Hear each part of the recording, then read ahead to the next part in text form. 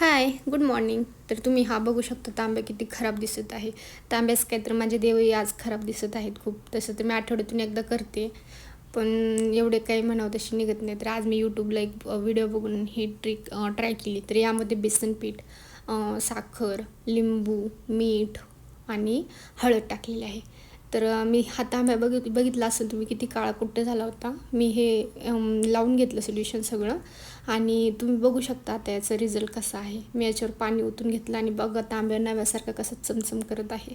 तर अशाच प्रकारे मी हे हॅक जो आहे ना, तो सगळ्या प्रत्येक देवांना लावून घेतला, म्हणजे चोळून घेतला आणि मग त्याला चांगलं असं चोळून घेतल्यानंतर पाण्याने चांगलं वॉश केलं.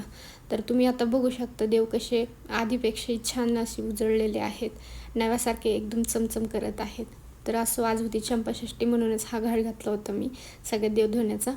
तर चंपाषष्ठीच्या दिवशी प्रत्येक भागात वेगवेगळे काही ना काही देवाचं केलं जातं. कुठे तळी भरली जाते, कुठे काय. तर तळी तर नॉर्मली सगळीकडे भरतातच. तर आज आपल्याकडेही म्हणजे भरायची होती तळी, त्यामुळे मी आज सकाळपासूनच ह्या कामाला लागले होते. तर अशा प्रकारे मी देवपूजा वगैरे करून घेतली. देन त्यानंतर संध्याकाळी मी इथे नागदिवे बनवायला लागले होते. प्रत्येक भागात वेगवेगळ्या पिठाचे बनवतात, तर मी इथे बाजरीच्या पिठाचे बनवून घेतलेले आहेत नागदिवे, छोटे छोटे असे. प्रत्येकाच्या नावाचे लावतात म्हणून मी आमच्या घरात 2 जणच आहेत, सो मी 10 दिवे बनवून घेतले. देन त्यांना वाफवून घेतली. आज वांग्याच्या भाजीचा मान असतो, सो मी आज वांग्याची भाजी, भाकरी, कांद्याची पात असं नैवेद्य बनवलं होता. आणि अशा प्रकारे दिवे लावून मी माझी पूजा संपवून घेतली. थँक्यू.